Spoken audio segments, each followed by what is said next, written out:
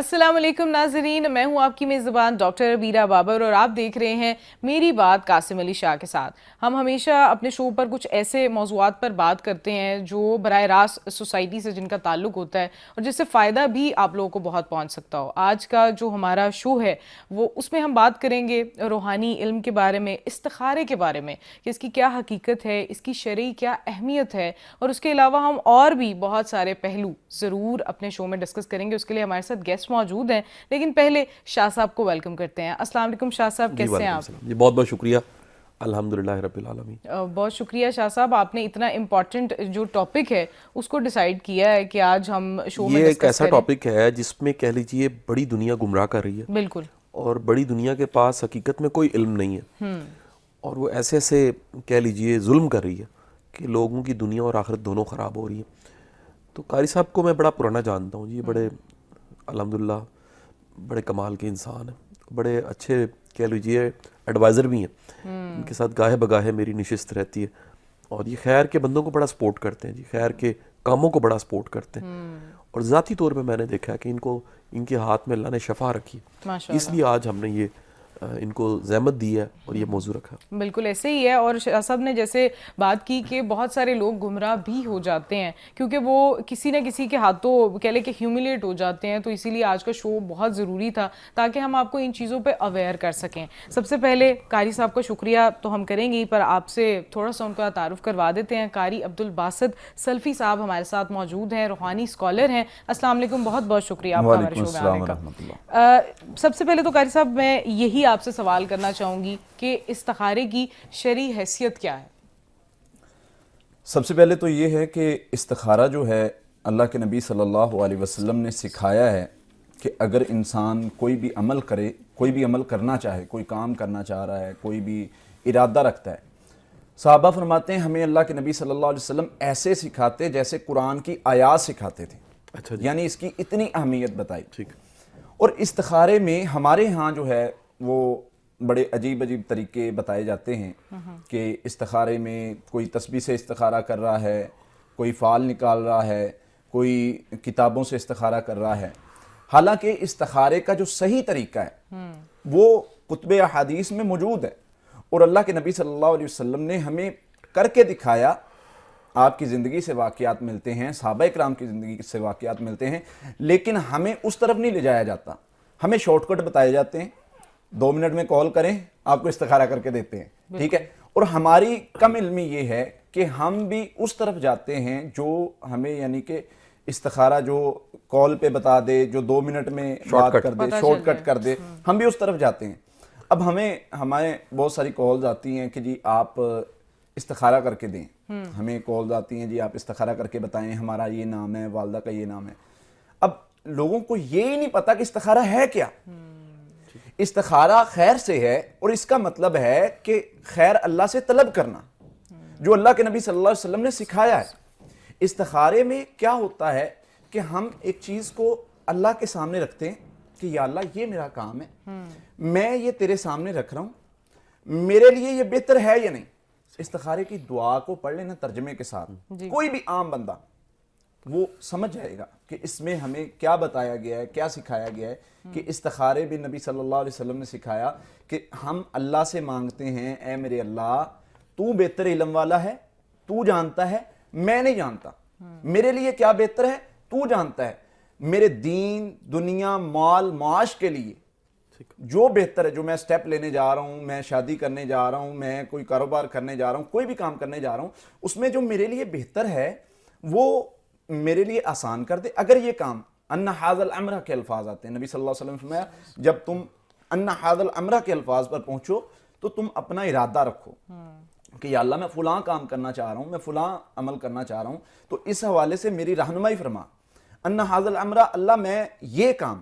اس کے بعد نبی صلی اللہ علیہ وسلم نے فرمایا کہ تم اپنا کام رکھو، اور پھر اس میں آگے دعا جو ہے کہ اللہ اگر یہ میرے لیے بہتر ہے تو میرے لیے آسان کر دے، اگر یہ میرے لیے خیر کا باعث نہیں ہے، اگر یہ میرے لیے بھلائی کا باعث نہیں ہے، شر کا باعث ہے، تکلیف کا باعث ہے، فتنے کا باعث ہے، اللہ مجھے اس سے دور کر لے، اس کو مجھ سے دور کر لے۔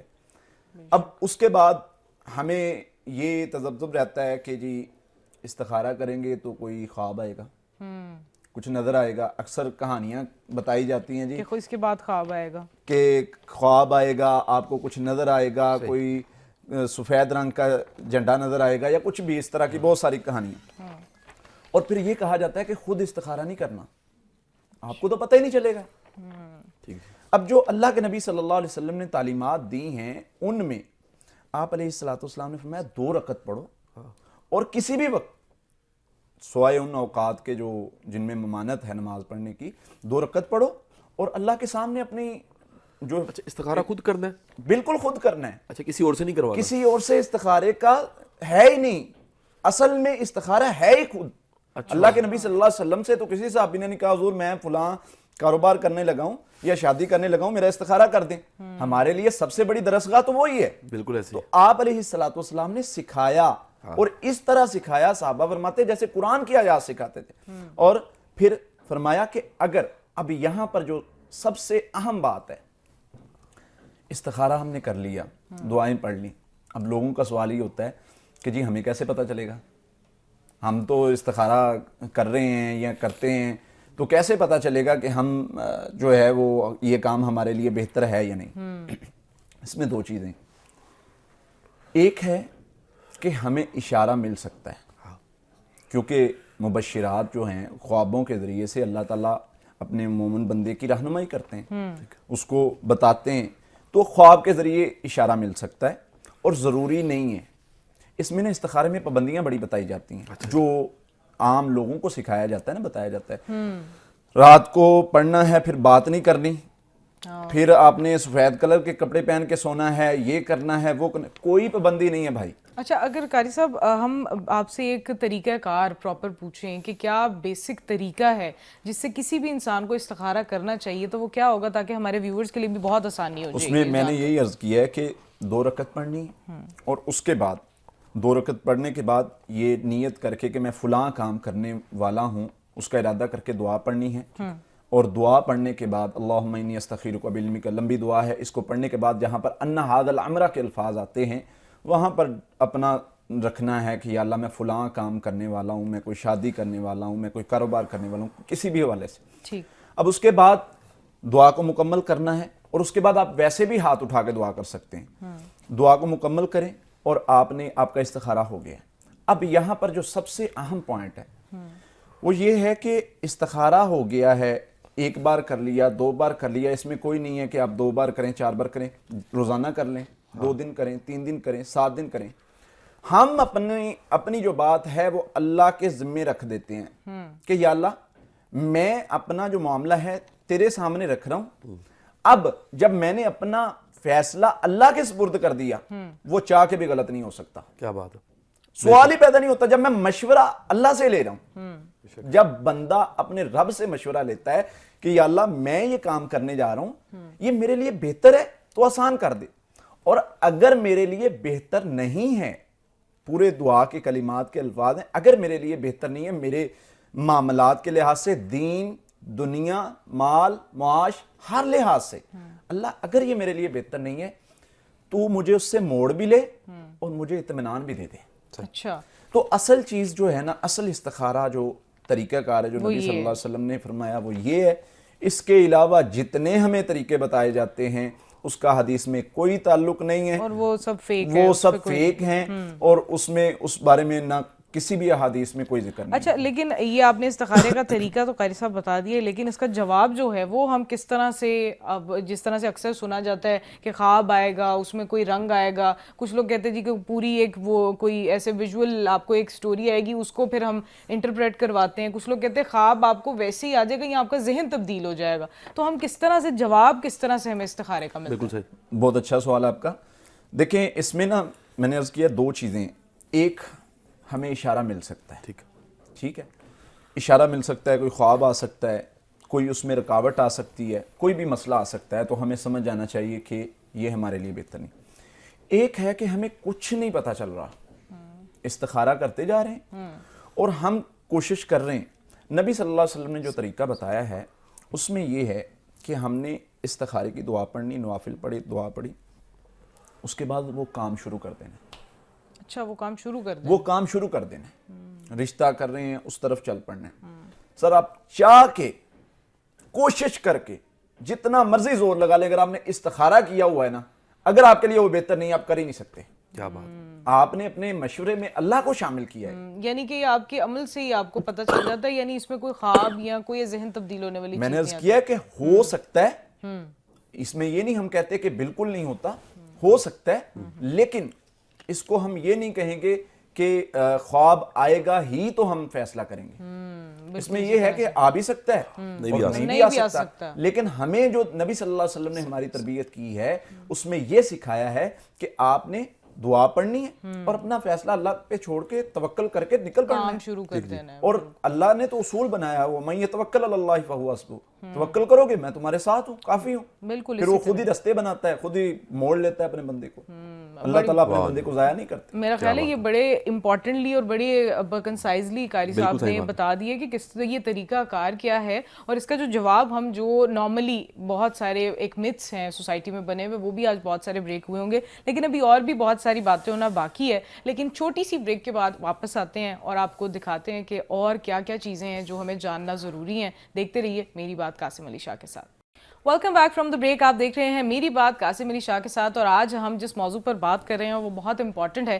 استخارے پر بات ہو رہی ہے، اور جو ہمارے ساتھ روحانی اسکالر موجود ہیں انہوں نے بڑی کہہ لیں کہ اچھے طریقے سے بتا دیا کہ دینی طریقہ کار کیا ہے، اس کی شرعی حیثیت کیا ہے. لیکن ابھی ہم یہ جانیں گے کہ اکثر اوقات قاری صاحب بہت سے جو لوگ ہیں وہ جھوٹ بھی بول دیتے ہیں استخارے میں. یعنی انہیں استخارہ ڈیفینیٹلی ہو سکتا ہے کہ اچھا آیا ہو، لیکن ان کی مالی حالات دوسری پارٹی کے دیکھ کر، یا ویسے ہی اگر آپ کا دل نہیں مانتا اور آپ کو خود اس چیز کی طرف نہیں مائل ہے، آپ جھوٹ بول دیتے ہیں کہ جی ہمیں استخارہ اچھا نہیں ہے اس لیے ہم رشتہ نہیں کر رہے، یا ہم کاروبار بیچ میں چھوڑ رہے ہیں. اس طرح کے کچھ معاملات بھی دیکھے جاتے ہیں. تو استخارے کے لحاظ سے جھوٹ بولے جانے کی کیا سزا ہے؟ دیکھیں اللہ کے نبی صلی اللہ علیہ وسلم نے فرمایا جھوٹ تو ویسے ایک بہت بڑا گناہ ہے جس کا قرآن و احادیث میں بہت زیادہ ذکر ہے. جھوٹ وہ چاہے کسی بھی معاملے میں بولا جائے گا وہ ایک اپنی جگہ پہ گناہ ہے. وہ استخارے کے نام پہ بولا جائے، رشتہ نہیں کرنا کوئی اور وجہ بتا کے بولا جائے، کسی بھی لحاظ سے وہ ایک اپنی جگہ پہ گناہ ہے. لیکن جو بندہ خواب جھوٹا بتاتا ہے، اچھا، اس کے بارے میں نبی صلی اللہ علیہ وسلم نے وعید بیان فرمائی. اس کے لیے الگ سے ایک فرمایا کہ وہ بندہ اپنا ٹھکانہ جہنم میں بنا لے. یعنی بنا لیا اس نے جس نے جھوٹی بات کی خواب کے حوالے سے، یا کوئی ایسی بات کہی جو نبی صلی اللہ علیہ وسلم نے فرمائی نہ اور نبی صلی اللہ علیہ وسلم کی طرف منسوب کر دی. تو یہ ایک بہت بڑے گناہوں میں آتی ہیں یہ چیزیں کہ جو ہے وہ خود ساختہ بنا دینا. اکثر معالجین کو ہم دیکھتے ہیں، میں نے اپنے بارے میں کئیوں سے پوچھا ہے، اور جو ہے وہ مجھے ایسی ایسی باتیں بتا دیتے ہیں آپ کا استخارے میں یہ چیز آئی، یہ چیز آئی ہے، حالانکہ اس کا حقیقت کے ساتھ تعلق ہی نہیں ہوتا. اچھا آپ ایک چیز ایڈ میں کرنا چاہوں گا کہ لا علمی سے بازار یہ چل رہا ہے سارا. اگر علم ہو، دیکھیں شریعت ایک علم ہے، روحانیت ایک علم ہے. اگر علم ہی نہیں ہے کسی کے پاس تو پھر اسے جس طرف مرضی لگا لیں. ایسا ہی ہے، بالکل اسی طرح ہے. اصل میں ہم لوگ جاننا نہیں چاہتے. میں اکثر آپ سے بات کرتے ہوئے اکثر ایک بات ہوتی ہے ہماری کہ ہم جب پوزیٹیو چیز پیش کرتے ہیں نا کہ بھائی یہ اس طریقے سے ہے، اس کو اتنا ٹائم لگے گا، اس طریقے سے، ہماری عوام کہتی ہے نہیں جی ہمیں 2 منٹ والا جو استخارہ کر کے دیتا ہے نا وہ زیادہ ٹھیک ہے.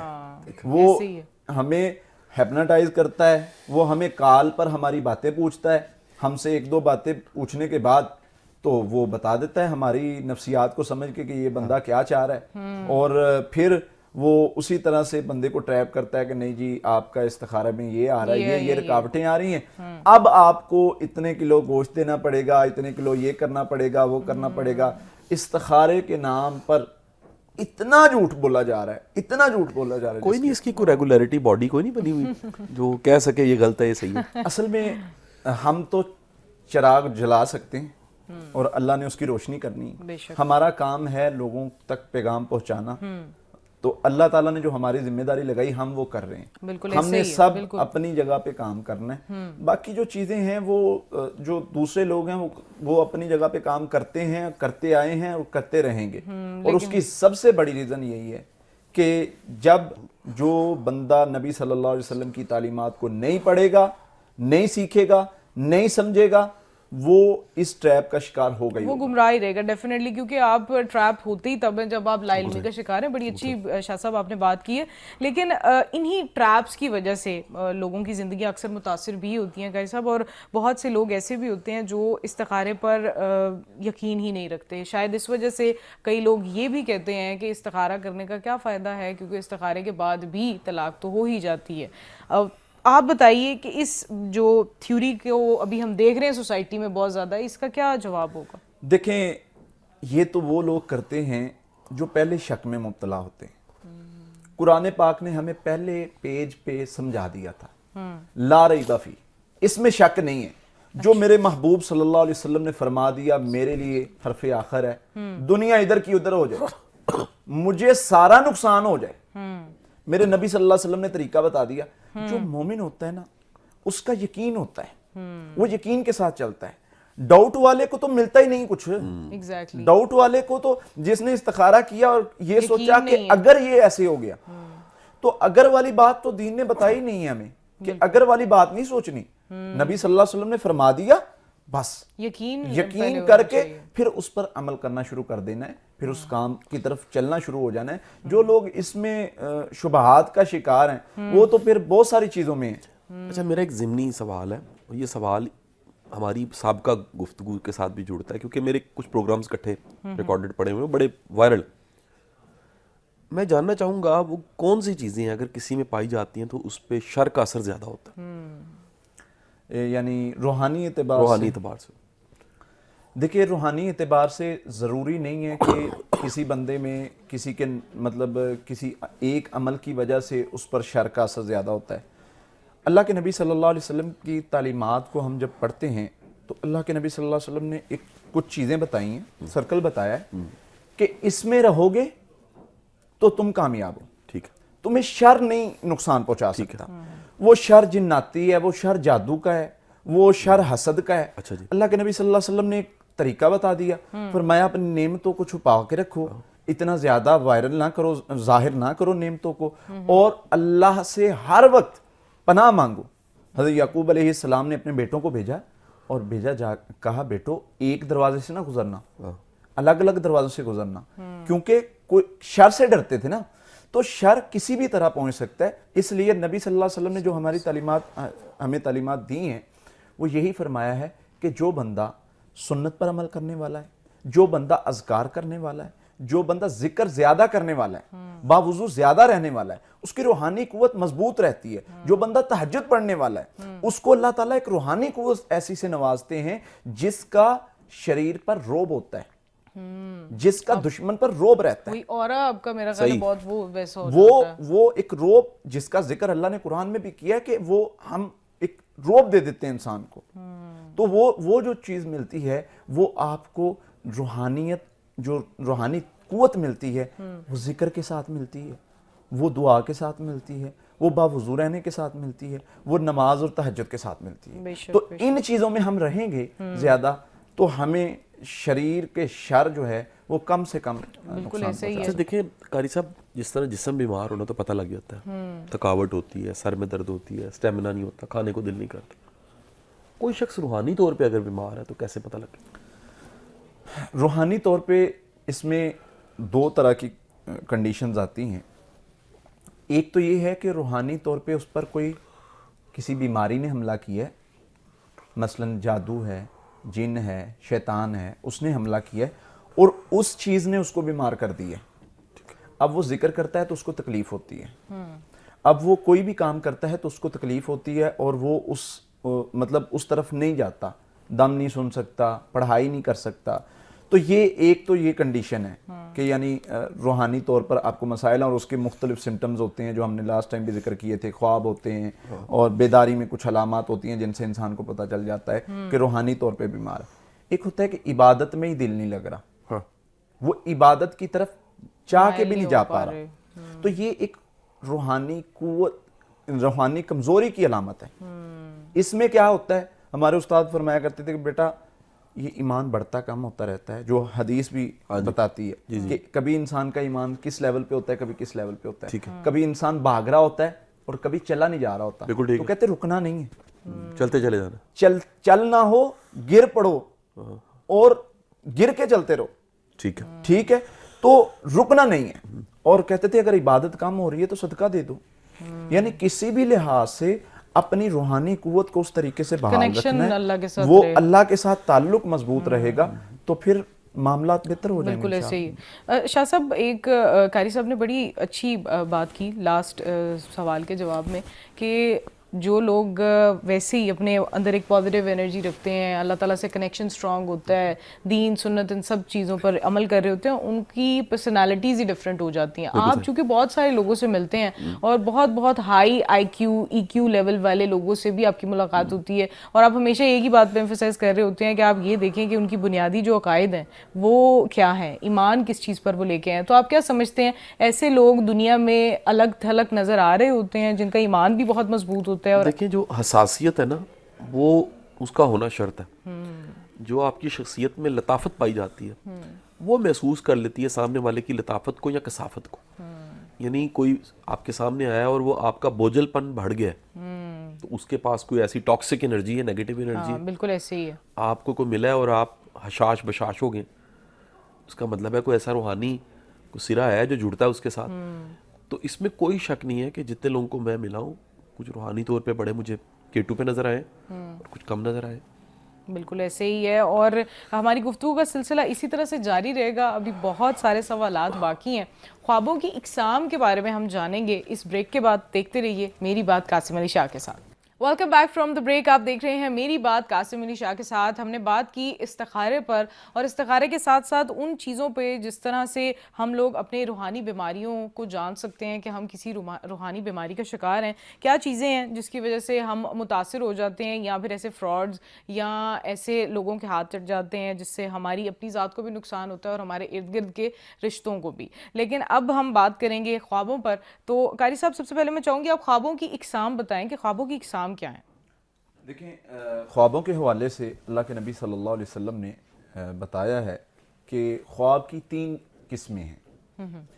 ایک وہ خواب ہیں جو ہمیں معمولات زندگی میں, مطلب جو بھی چل رہے ہیں, ہمارا پروگرام چل رہا ہے تو یہ خواب میں آ جانا, میری کسی سے ملاقات ہوئی ہے, میرا کوئی بھی فیصلہ, کوئی بھی کام, تو وہ جو ہے وہ خواب میں نظر آ جانا ایک قسم ہے خواب کی, جس کی جو تعبیر والا نہیں ہوتا. ٹھیک ہے, جو معاملات ہم روزمرہ جو ہمارے ذہن میں چل رہی ہیں باتیں وہی جو چیزیں چل رہی ہیں.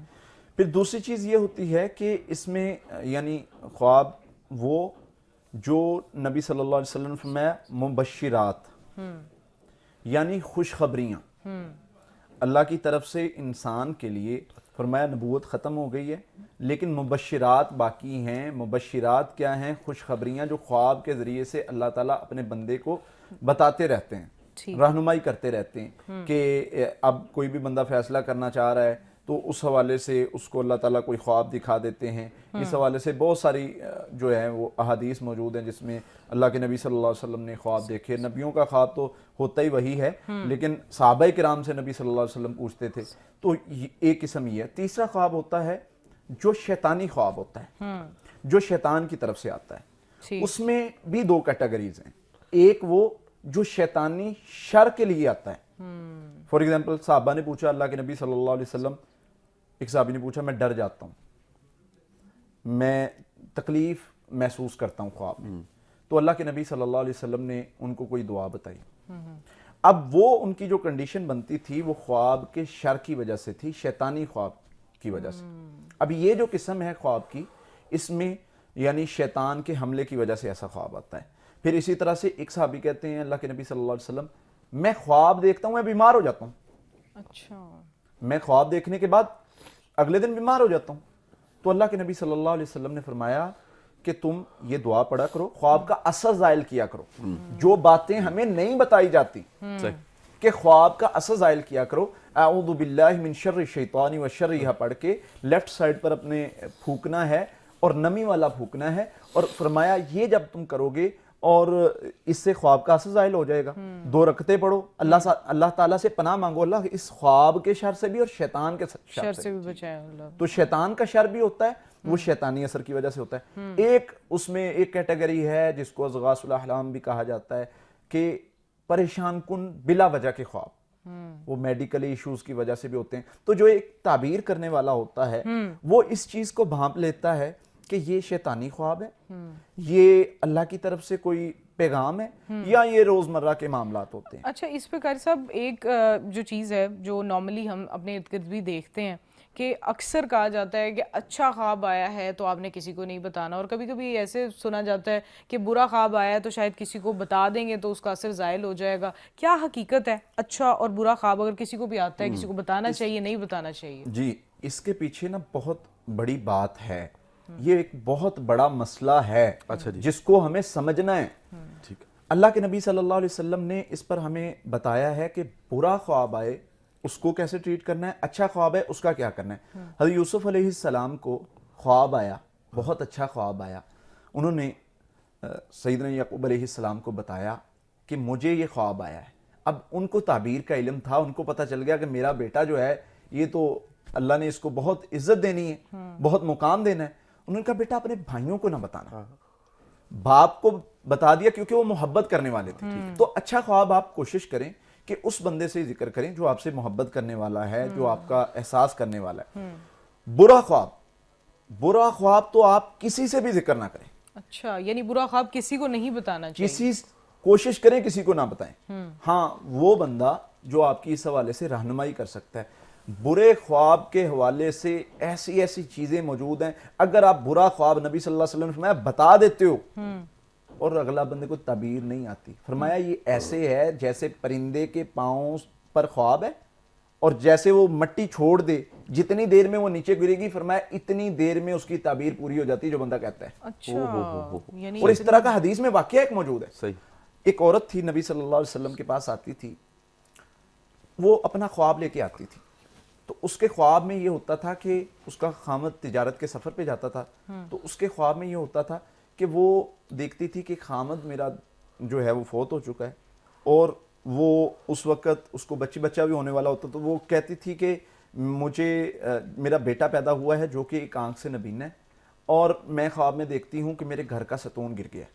اللہ کے نبی صلی اللہ علیہ وسلم فرماتے تھے پریشان نہ ہو، یہ خواب تو اچھا ہے، اس میں اللہ تعالیٰ تجھے صحت والا بچہ دے گا، تیرا خامد برکت سے لوٹے گا اور تمہارے کاروبار میں برکت ہوگی۔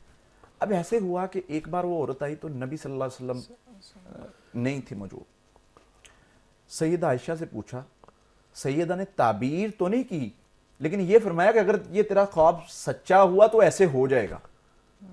اس نے رونا شروع کر دیا کہ میرا تو کچھ بھی نہیں رہے گا، میرا خامد نہیں رہے گا، میرا بچہ بیمار ہوگا، تو میں کیسے۔ اللہ کے نبی صلی اللہ علیہ وسلم آئے، آپ نے وجہ پوچھی تو اللہ کے نبی صلی اللہ علیہ وسلم نے اس کو حوصلہ دیا اور سیدہ عائشہ رضی اللہ تعالیٰ عنہ کو فرمایا کہ خواب کی تعبیر بتانے میں جلدی نہیں کرنی۔ اگر اچھا پہلو ہے، اس کے دو پہلو ہوتے ہیں، ایک اچھا پہلو، ایک برا پہلو۔ اور جو راوی ہیں وہ لکھتے ہیں کہ اس عورت کے خامد کے ساتھ ویسا ہو گیا۔ اللہ، یعنی کہ جب ہم خواب کی تعبیر کسی سے پوچھ لیتے، فون ملایا کسی کو بھی، کوئی پتہ نہیں کون ہے صاحب آگے، اور خواب پوچھنا شروع کر دیا اور اس کے منہ میں جو آیا وہ خوف پھیلا رہے ہیں لوگ۔ لوگ تو خوف پھیلا رہے ہیں، وہ خوف پھیلا رہے ہیں، یہ ہو جائے گا وہ ہو جائے گا۔ اس کا نقصان یہ ہوتا ہے کہ ہمارے معاملات جو ہیں وہ خراب ہو جاتے ہیں، ہونا شروع وہ ہو خواب جاتے ہیں۔ پورا ہو جاتا ہے۔ یعنی اچھا، اگر قاری صاحب اگر کسی کو برا خواب آیا ہے تو اب کیونکہ جیسے آپ نے بیان کیا ہے کہ آپ کو کسی کو بھی برا خواب نہیں بتانا، کسی بھی صورت نہیں بتانا، لیکن اگر کسی کو برا خواب آیا اس کے ذہن میں تو یہی بات رہ جائے گی کہ شاید یہ خواب سچ ہی ہو جائے گا، میں کچھ کروں یا نہ کروں، تو جس کو لگاتار برے خواب آتے ہیں اس کا کیا حل ہے؟ ہاں، بہت اچھا سوال ہے۔ دیکھیں، برا خواب آپ بتا سکتے ہیں اسی بندے کو جو بندہ خواب کی تعبیر کا ماہر ہے یا جو آپ کا بہت زیادہ محسن ہے، آپ اس سے ڈسکس کر سکتے ہیں تاکہ آپ کوئی بھی چیز ڈسکس کرتے ہیں نا تو آپ بہتر محسوس کرتے ہیں۔ لیکن اس کا حل نبی صلی اللہ علیہ وسلم نے بتایا۔ برا خواب دیکھ لیا، پریشان نہیں ہونا۔ نبی صلی اللہ علیہ وسلم نے خوف نہیں پھیلایا، آپ علیہ الصلوۃ والسلام نے حوصلہ دیا، فرمایا اس کا اثر ظاہر کر دو، فرمایا اثر ظاہر کرو، اعوذ باللہ من شر الشیطان وشرہ پڑھو، اپنی لیفٹ سائڈ پر پھونک دو، اس کا اثر ختم ہو جائے گا۔ اتنا سا کام کرنے سے 2 رکعتیں پڑھو اور صدقہ دے دو۔ وہ جو برا خواب جو آپ کے لیے بہت بڑا یعنی پیغام ہے کہ کوئی مسئلہ آنے والا ہے، کوئی تکلیف آنے والی ہے، کوئی حملہ ہونے والا ہے، اس سے آپ کو اللہ تعالیٰ اس دعا سے محفوظ بچا کر لے لیں گا. گے. بالکل اسی طرح سے, کیونکہ بہت سارے لوگ ظاہر ہے اب آج ہمارا شو بھی دیکھ رہے ہوں گے تو ان کو اس بات کا آئیڈیا ہو گیا ہوگا کہ برا خواب نہیں بتانا, تو برا خواب اگر آ جاتا ہے آپ کو اور لگاتار آتے رہتے تو نہیں کسی کو بتانا, اس کو بھی زائل کرنے کا دینی ایک طریقہ کار ہے. اچھا قاری صاحب, خوابوں کے ذریعے جادو کیا جا سکتا ہے؟ جادو کا کوئی اس سے براہ راست تعلق ہے؟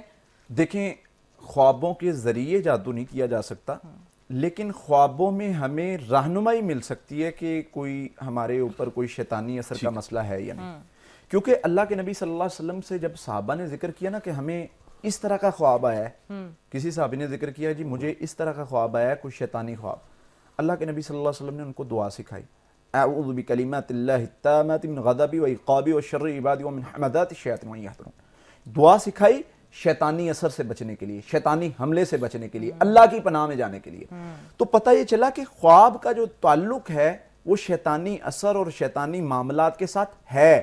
وہ جو تیسری قسم ہم نے بیان کی ہے کہ تیسری قسم جو خواب شیطانی اثر کی وجہ سے آتے ہیں وہ ظاہر کرتے ہیں کہ یہ کوئی شیطانی اثر ہو سکتا ہے. اس میں بعض لوگوں کو خواب جو ہیں وہ جادو کا اثر ہو تو اس وجہ سے بھی خواب آ جاتے ہیں, اور بعض لوگوں کو ہم یہ کہتے ہیں کہ ہر خواب جادو نہیں ہوتا, ہر برا خواب آپ جادو پر ہم یہ بات بتا دیں تو اس کا لوگ الٹ مطلب بھی لے لیتے ہیں. کسی کو کوئی خواب آتا ہے وہ کہتا ہے جی میرے اوپر تو جادو ہو گیا, تو اس میں ہم یہ کہتے ہیں کہ نہ خود تعبیر لگائیں نہ خود فیصلہ کریں کہ اس میں کیا ہے. آپ سمپل, اگر آپ کو نہیں پتہ چل رہا آپ اس طریقے پر چلے جائیں جو اللہ کے نبی صلی اللہ علیہ وسلم نے سکھایا کہ آپ کو لگتا ہے کہ یہ شیطانی اثر کا خواب ہے, اثر زائل کریں, حفاظتی پڑھائی شروع کر لیں, پڑھائی کریں گے. اگر آپ پر جادو بھی ہے تو بھئی اس کا حل کریں نا, قرآن نے اس کا حل بتایا ہے, اور نبی صلی اللہ علیہ وسلم نے تو اتنا بڑا مسئلہ اس کو ذکر ہی نہیں کیا کہ یہ کوئی بہت بڑا مسئلہ ہے. یہ تو ہمیں خوف دلا کے خوف میں مبتلا کر کے جو ہے سائیکولوجیکلی اس سے کھیلتے ہیں, کر دیا گیا کہ تاکہ جو ہے نا وہ ہم جادو سے ہی نہ نکل سکیں. تو خواب کا تعلق جادو جنات کے معاملات سے ہوتا ہے, تو اس سے ہمیں رہنمائی ملتی ہے کہ ہاں مریض پر جادو ہے یا جنات ہے یا کون سا ہے, پھر اس کے مطابق اس کا علاج شروع کر دیتے ہیں, وہ ٹھیک ہو جاتا ہے. بالکل ایسے ہی ہے. اور قاری صاحب آپ نے اتنی ساری کہہ لیں کہ متس توڑنے کے ساتھ ساتھ بہت ساری ایسی انفارمیشن بھی دی ہے جو ڈیفینیٹلی میرے لیے بھی بہت کارآمد ہے اور دیکھنے والوں کے لیے بھی ڈیفینیٹلی رہی ہوگی. لیکن as we are reaching to the end of the show as well, Shah صاحب میں چاہوں گی کہ ہماری جو کتاب کی ریکمنڈیشن ہوتی ہے وہ پلیز آپ شیئر کیجیے کہ آج آپ کون سی کتاب جو ہے ریکمینڈ کرنا چاہیں گے ویورز. اچھا ڈاکٹر صاحب, آج کی جو کتاب ہے وہ واصف علی واصف صاحب کی کتاب ہے کرن سورج. اور میں بتاتا چلوں کہ واصف علی واصف صاحب سے جب میں متعارف ہوا آج سے 25 سال پہلے, تو یہ کتاب میں نے پڑھی تھی, اور اس وقت میرے پاس فوٹو کاپی کرانے کے پیسے نہیں تھے, اور میں نے ایک رات میں یہ پوری کتاب لکھی. اچھا, لکھ لی آپ نے؟ پوری کتاب میں نے لکھی, فوٹو کاپی کے پیسے نہیں تھے میرے پاس. اگلے دن میں نے یہ کتاب جو تھی جس سے لی تھی اسے واپس دی, اور ساتھ یہ بتایا کیونکہ میرے پاس پیسے نہیں تھے, اور اس شخص کو بھی کسی نے برتھ ڈے گفٹ دیا تھا, میرے کسی دوست کو کسی اور دوست نے برتھ ڈے گفٹ. اس نے کہا جی مجھے تو چاہیے ہی نہیں, آپ رکھ لو. اب 2 کتابیں ہوں گی, ہاتھ سے لکھی اور دوسرا پرنٹڈ فارم. اچھا, میرے آفس میں وہ اوریجنل بھی آج بھی پڑی ہوئی ہے, یہ ذرا لیٹسٹ ایڈیشن ہے. تو اس میں واصف علی واصف صاحب کی کوٹیشنز ہیں, اور کیا کمال کوٹیشنز ہیں. میں کہتا ہوں جی رینڈم آپ اس میں کوئی کوٹیشن پڑھ کے دیکھیے. عافیت اس بات میں نہیں کہ ہم معلوم کریں کہ کشتی میں سراغ کون کر رہا ہے, عافیت اس بات میں ہے کشتی کنارے لگے. ٹھیک ہے جی, کسی کم ظرف انسان کے کم ظرف ہونے کے لیے اتنا ہی کافی ہے کہ وہ اپنی زبان سے اپنی تعریف کرنے پہ مجبور ہو, دوسروں سے اپنی تعریف سننا مستحسن نہیں, اور اپنی زبان سے اپنی تعریف عذاب ہے. بالکل ایسے ہی ہے. اچھا, پھر یہ آج کا جو ٹاپک ہے اس حوالے سے بڑی شاندار کوٹیشن ہے واصف کی کہ جس نے لوگوں کو دین کے نام پہ دھوکہ دیا اس کی عاقبت مخدوش ہے, کیونکہ عاقبت دین سے ہے اور دین میں دھوکہ نہیں. بالکل, اور دھوکہ اگر دھوکہ ہے تو دین نہیں. تو واصف صاحب کی یہ سارے وہ جملے ہیں جو کہہ لیجئے کہ آج ان کے انتقال فرمانے کے 30-35 سال بعد بھی لوگوں کے لیے سامان ہدایت بنے ہوئے. تو یہ کتاب سننے والوں کے لیے, سمجھنے والوں کے لیے, غور و خوض کرنے والوں کے لیے اس میں بہت کچھ ہے. ایک بڑی شاندار اور کوٹیشن میں سنانا چاہوں گا جی, یہ بھی آج کے موضوع کے ساتھ جڑتی ہے کہ لطیف روحیں مجلس میں لطافت پیدا کرتی ہیں اور کثیف کثافت پیدا کرتی ہیں. تو یہ واصف صاحب کی کتاب اور اسی زمانے کی یہ تصویر بھی واصف صاحب کی موجود ہے, آپ اس کتاب کو ضرور پڑھ سکتے ہیں. بالکل, بہت بہت شکریہ شاہ صاحب. قاری صاحب جانے سے پہلے میں چاہوں گی جو ویورز ہمیں دیکھ رہے ہیں, آپ ان کے لیے کوئی پیغام دینا چاہیں گے استخارے کے حوالے سے, خوابوں کے حوالے سے, یا کسی بھی حوالے سے, تو پلیز شیئر کیجیے. دیکھیں, گزارش یہ ہے کہ آپ سب لوگ کسی بھی مسئلہ میں, کسی بھی پرابلم میں, یا کسی بھی چیز کا فیصلہ نہیں کر پا رہے, آپ اس میں حل ڈھونڈنے کے لیے اس طریقے پر آ جائیں جو رسول اللہ صلی اللہ علیہ وسلم نے سکھایا ہے. چاہے وہ روحانی مسائل ہیں, جادو جن کا مسئلہ ہے, یا چاہے وہ آپ کسی کام کا استخارہ کرنا چاہ رہے ہیں, کسی بھی حوالے سے ان تعلیمات پر آ جائیں گے تو آپ دنیا میں بھی کامیاب ہو جائیں گے اور ان شیطانی شروں سے بھی نکل جائیں گے, اور آپ ان لوگوں سے دور ہو جائیں جو آپ کو خوف پھیلاتے ہیں, جو آپ کو کہتے ہیں کہ علاج نہیں ہو سکتا, آپ کو جواب ہو گیا, ٹھیک ہے, آپ کے جادو کا کہیں سے علاج نہیں ہوگا. آپ کو جو لوگ خوف پھیلاتے ہیں, اللہ تعالیٰ نے ان کے بارے میں فرمایا کہ شیطان خوف پھیلاتا ہے. الشیطان یعدکم الفقر ویأمرکم بالفحشاء, شیطان چاہتا نہیں ہے کہ تم صحیح ہو, وہ تمہیں خوف زدہ کرتا ہے. تو یہ ان لوگوں کا کام ہے جو آپ کی اصلاح نہیں چاہتے بلکہ آپ میں مزید بگاڑ پیدا کرتے ہیں. تو اس چیز سے نکلنا ہے. یہ میرے نبی کا طریقہ نہیں صلی اللہ علیہ وسلم کا, میرے نبی صلی اللہ علیہ وسلم کا طریقہ یہ ہے کہ حفاظتی پڑھائی پڑھو, اللہ سے مدد مانگو, اور تقوی اور توکل اختیار کرو. دنیا میں بھی کامیابی ہوگی, آخرت میں بھی کامیابی ہوگی. بہت بہت شکریہ قاری صاحب, آپ نے ڈیفینیٹلی اتنی ساری چیزوں پہ جو انفارمیشن دی ہے وہ نہ صرف ہمارے لیے کارآمد ہے بلکہ اس کا جو ثواب ہے وہ ڈیفینیٹلی ہم سب کو ہی کہیں نہ کہیں ضرور ملے گا. بہت بہت شکریہ آپ کا, اور شاہ صاحب آپ کا بھی بہت بہت شکریہ. طبیعت آپ کی اتنی ناساز ہے پھر بھی آپ نے پورا شو کیا, پروگرام ختم کیا. بالکل, اور اسی کے ساتھ آپ ہمیں اجازت دیجیے, انشاءاللہ بہت جلد دوبارہ ملاقات ہوگی ایک اور بہترین ٹاپک کے ساتھ. میری بات قاسم علی شاہ کو فالو کرتے رہیے. آپ کا اور ہم سب کا اللہ حامی و ناصر.